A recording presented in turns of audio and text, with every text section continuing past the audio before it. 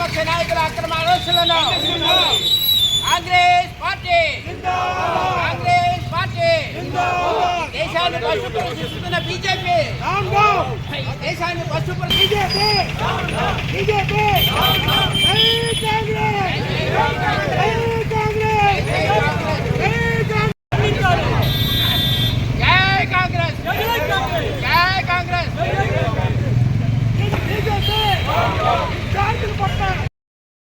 అటువంటి ప్రభుత్వం ఈ భారతదేశంలో ఉండేది మరి భారతీయులు చేసుకున్నటువంటి దౌర్భాగ్యం.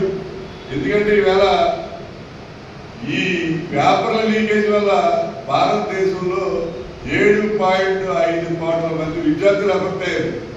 మనకు పిల్లడు ఉంటే ఆ ఐఏఎస్ ఐపీఎస్ చేయలేదు, మనం ఎంతో కష్టాలు పడతాం. ఢిల్లీ కోచింగ్ సెంటర్ లేకపోతే ఎక్కడికో పంపించి లక్షలు ఖర్చు పెట్టి వాడికి ట్రైనింగ్ ఇప్పించాం, లక్షలు ఖర్చు అవుతాయి.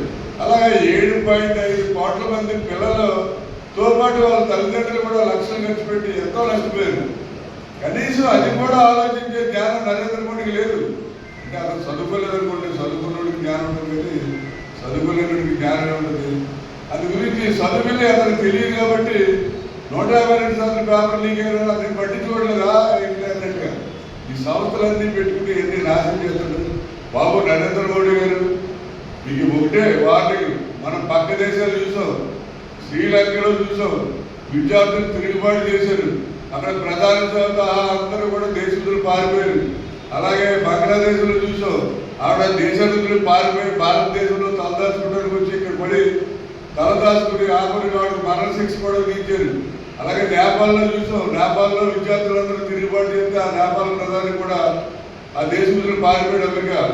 ఈ రకంగా మన చుట్టుపక్కల దేశాలందరినీ కూడా విద్యార్థులు చేసిన యాజిటేషన్ వల్ల మూమెంట్ వల్ల ఆ దేశ ప్రజలను పారిపోయి వేరే దేశాల్లో తలదాచుకునే పరిస్థితులు వచ్చి నీకు కూడా అదే గెలుపడుతుంది. ఎందుకంటే నీ కోసం ట్రంప్ ఎదురు చూస్తున్నాడు.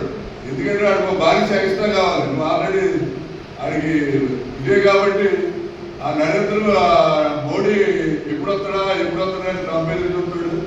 ఈ భారతదేశంలో ఉన్న విద్యార్థులు కానీ నిరుద్యోగ యువత కానీ ఆల్రెడీ నువ్వు సంవత్సరానికి 2 కోట్ల ఉద్యోగాలు ఇస్తానన్నా, 12 సంవత్సరాల్లో 24 కోట్ల ఉద్యోగాలు ఇవ్వాలి. కానీ నువ్వు ఇచ్చిన ఉద్యోగాలు కానీ ఏవి కానీ ఎక్కడ ఏమి కనపడలేదు. కాబట్టి నేను చెప్పేది ఏంటంటే ఈ యువతే దేశానికి రక్షణ. ఈ విద్యార్థులు కానీ యువకులు కానీ వీళ్ళందరూ కూడా తిరుగుబాటు చేస్తారు. ఈ దేశంలో త్వరలోనే మన పక్క దేశాలైన నేపాల్లో కానీ బంగ్లాదేశ్లో కానీ శ్రీలంకలో ఎలాంటి ఉద్యోగాలు జరిగినాయో అలాంటి ఉద్యోగం జరుగుతుంది. నువ్వు తప్పకుండా ఈ దేశాన్ని వదిలిపోయే పరిస్థితి త్వరలోనే వస్తుందని చెప్పి నరేంద్ర మోడీ గారిని హెచ్చరిస్తున్నాం. అలాగే ధర్మేంద్ర ప్రధాన్ ఎవడైతే సెంట్రల్ ఎడ్యుకేషన్ మినిస్టర్ ఉన్నాడో వాటిని తక్షణం భద్రం చేయాలి.